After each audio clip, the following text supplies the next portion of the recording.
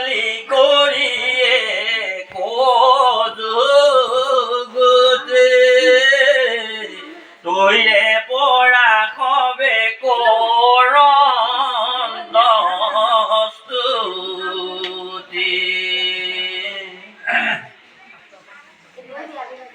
নমো নমো কৃষ্ণ তরু শরণে যাহাক পরম ভগত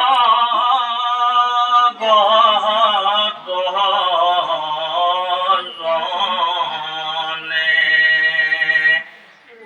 হৃদয়ত চিন্তে করি প্রবন্ধ অপ্ৰয়াসে তোৰে কৃষ্ণই কৈছিল সকলো মানুহৰ মনত বিষয় বাসনা আছে বিষয় বাসনা ক্ৰমাৎ বৰ্ধিত হৈ হৈ সেই বিষয় বাসনাই মানুহক অন্ধ কৰে তেতিয়া মানুহ বিবেকহীন বসুতুল্য হয় হে উদ্ধৱ স্বধৰ্ম পালন কৰি সৎ কৰ্মৰ দ্বাৰাহে মানুহে মানসিক শান্তি লাভ কৰিব পাৰে লোভক শীৰ্ষস্থান দিলে পাপ হ'ব পাপৰ ফলত মানুহে দুখ ভোগ কৰিব লাগিব মানুহৰ মন হৈছে প্ৰধান শত্ৰু সেই শত্ৰু দমন কৰি আত্মাৰ কথা জানিলে পৰমাত্মাৰ কথা বুজিব পাৰি ঈশ্বৰৰ ইচ্ছাতেই সকলো সৎ কাম সমাধা হয় সৎ কৰ্মৰ দ্বাৰাহে ঈশ্বৰৰ কৃপা লাভ কৰিব পাৰি ঈশ্বৰত বিশ্বাস কৰি কৰ্ম কৰিলে মায়া আঁতৰি গৈ সৎ পথৰ সন্ধান পোৱা যায় মোহত অন্ধ হৈ যি কৰ্ম কৰিলে মানুহে ঘোৰ মায়াজালত বন্দী হয় প্ৰত্যেক মানুহেই বা প্ৰত্যেক প্ৰাণীৰ আত্মাত ঈশ্বৰৰ আত্মাৰ ক্ষুদ্ৰ অংশ সেই কথা উপলব্ধি কৰি সকলো প্ৰাণীক ঈশ্বৰৰ জ্ঞান কৰিব পাৰিলে ঈশ্বৰ লাভ কৰিব পাৰি ৰিপু বশ কৰি সৰ্বপ্ৰাণীক ঈশ্বৰৰূপে জ্ঞান কৰিব পাৰিলে মায়া বন্ধনৰ পৰা মানুহে মুক্তি পাব পাৰে সদায় ঈশ্বৰক হৃদয়ত স্থান দি স্বধৰ্ম আৰু সৎ কৰ্ম পালন কৰিলে মুক্তি পাব পাৰি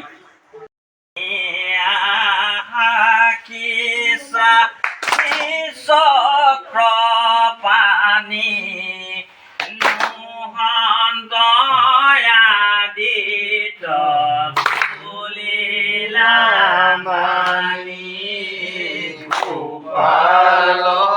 গোবিন্দ যদুনন্দন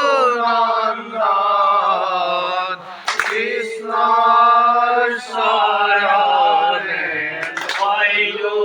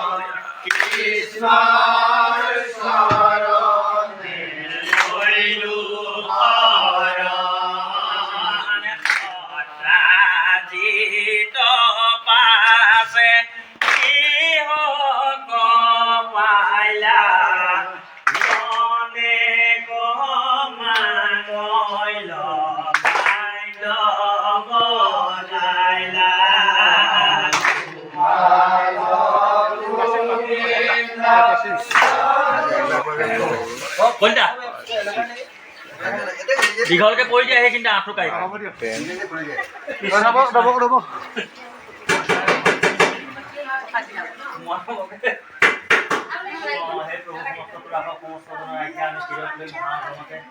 কল্পনীয় দ্ৰব্য বৈষ্ণৱৰ ভঞ্জনৰ হেতু আমাৰ হস্তে বিতৰণ কৰিবলৈ যাওঁতে সৰুবৰ সৰতাকৰ গাৰ ঘাম নাকৰ নিশ্বাস কাপোৰৰ বা হাতৰ টিপাৰ সৈতে